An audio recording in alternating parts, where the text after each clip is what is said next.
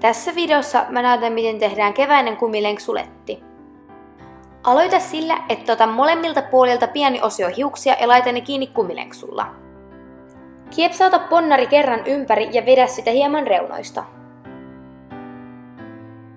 Tee toinen samanlainen ponnari tämän ensimmäisen alapuolelle hieman eri kohtaan. Kiepsauta sekin itsensä ympäri ja vedä sitä reunoista.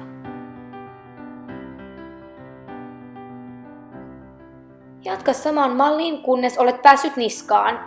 Lisää tarvittaessa matkan varrella muutama pinni, jos hiukset eivät peitä kumilenksuja. Leitä vielä samaan malliin loppuun.